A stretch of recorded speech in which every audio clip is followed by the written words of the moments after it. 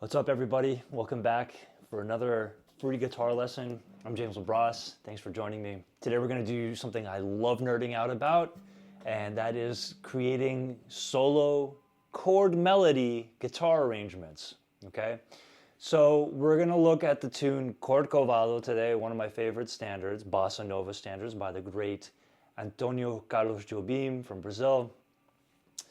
And this tune is absolutely beautiful. It's got a lot of rich harmonic content, and it's got it's just beautiful melodies all around. So much stuff going on. You could learn from this piece for ages and ages. The first approach you want to think about is you're going to be looking at kind of reading like a lead sheet as a pianist would, by reading the chords and the melody at the same time. So you have to be, one, good at reading melodic notation, and B, good with your chord vocabulary.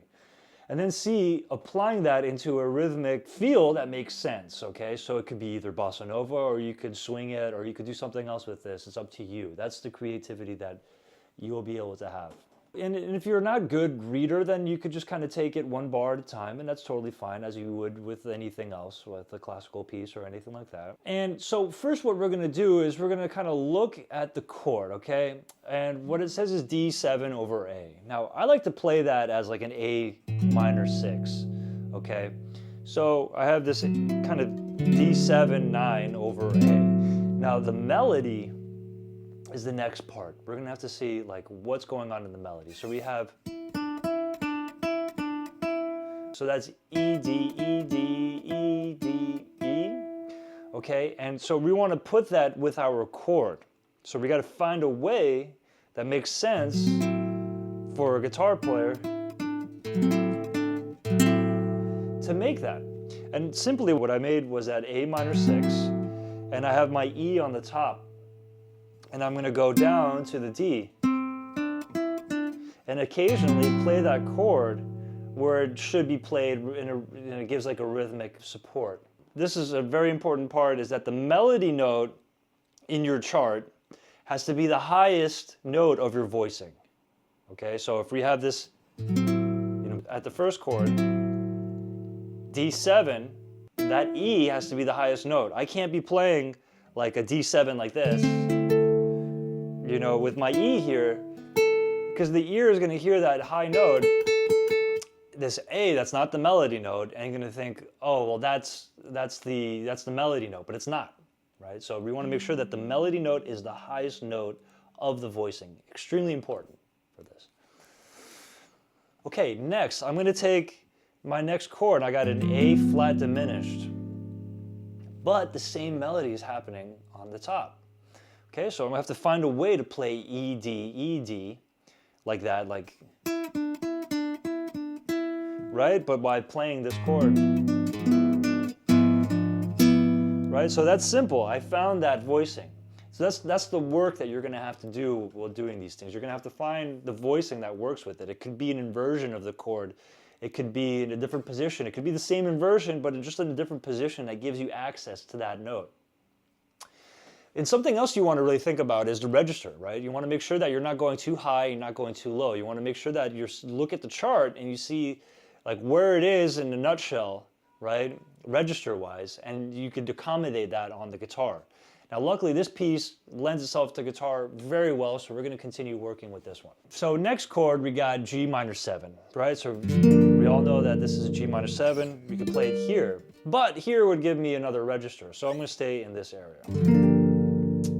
Okay, so the chord, or excuse me, the melody now is, right, well, that's the next 4 bars, but let's just look at that G minor 7, okay? So what do we got? G minor 7 with the D on the top, going down to C. So it's only a stepwise movement, it's not too crazy, we don't have to do anything crazy, so I could make this G minor 7 like this, and I could kind of come down with my first finger to access that C, right? Kind of makes sense to me. Now let's continue. C7 sus4. So coming from this G minor 7,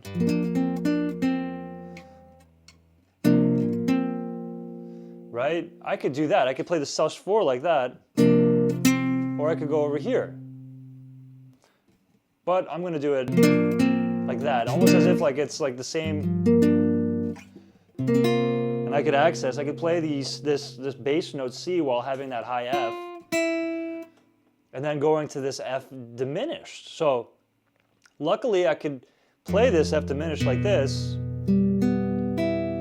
or some version of F diminished, right, with an open E string to resolve to F major 7. Right, so let's look at those last 4 bars.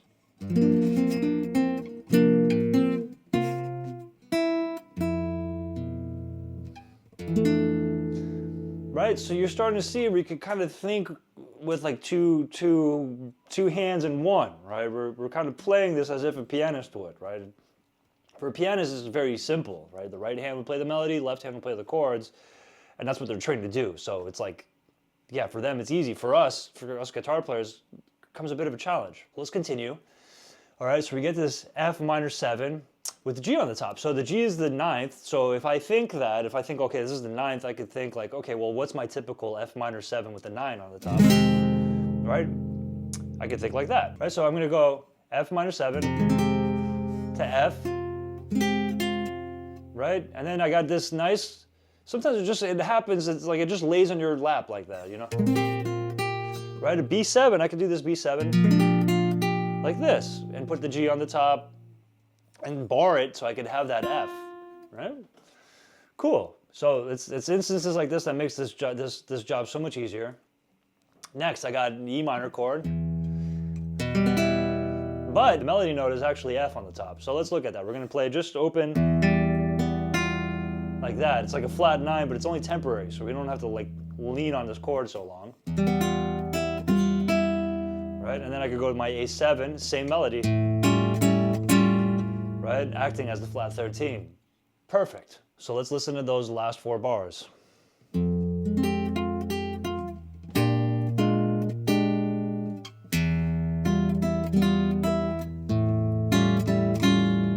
right, fantastic. Oh, by the way, let me give you a little freebie.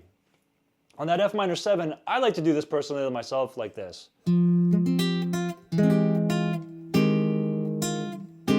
So I get this line cliche, right, while doing that descending, and it kind of outlines the B flat 7 also while doing that. So let's listen to it again.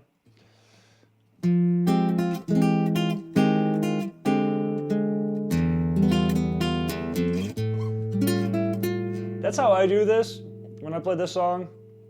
I play the A7 flat 13 right up here. It sounds really nice. This sounds beautiful too with the open strings. Can't go wrong with that. Let's continue D7. Right, so E on the top. It's like a D7 with a 9. Perfect. And luckily the melody is simple enough where I could kind of play around that. Right, and kind of be able to play that comfortably. Let's go to that F on the top with the D minor 7. So.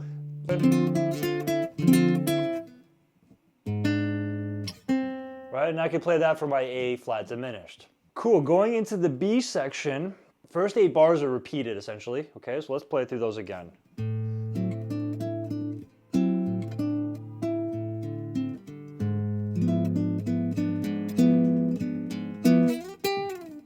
This is one variation.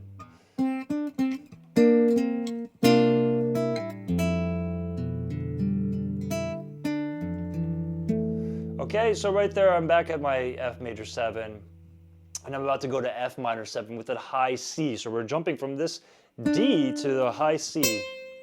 So now we're gonna have to look at playing these chords in a different position, right? Before we were all like in almost an open position, you know, 5th position and open position. Now to access this high C, we're gonna definitely have to go to somewhere else. So let's see, C is the 5th of F minor 7.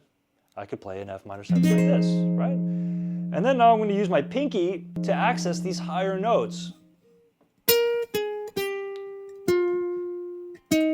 Right? I can kind of play around that.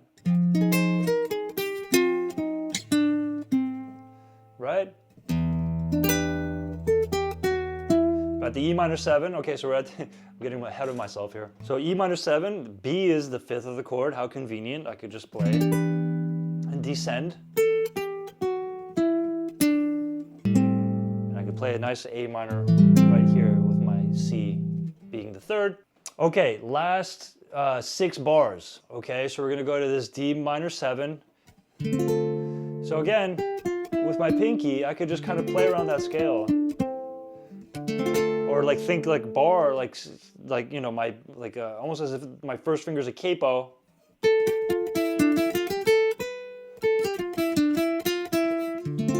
Right? Right, so the D minor 7.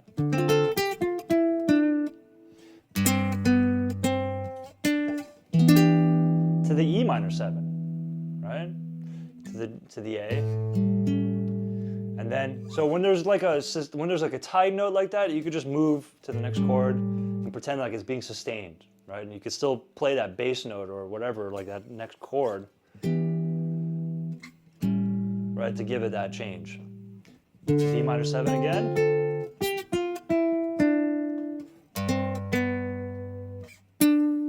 To C major. Right?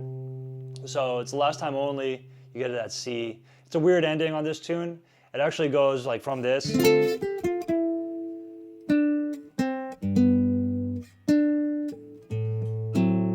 back to the like first chord and back to the A section. Okay, so whatever. If you were to resolve it like as if you were to finish it, that G7 to the C, you know.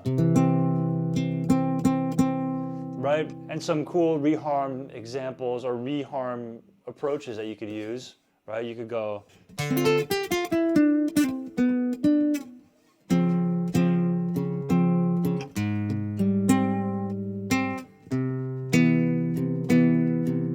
Right? Just for fun. Okay, so I hope you learned something today. There'll be more videos like this. The more of these tunes you do, just buy a real book, open it, and just start kind of doing this to any tune as an exercise, okay? Start with your favorite tunes that you like, and do them in different rhythms, right? So that's not something we looked at today, but if I were to play this, you know, at a gig solo, for instance, or with like a trio, I would make sure I'd have a rhythmic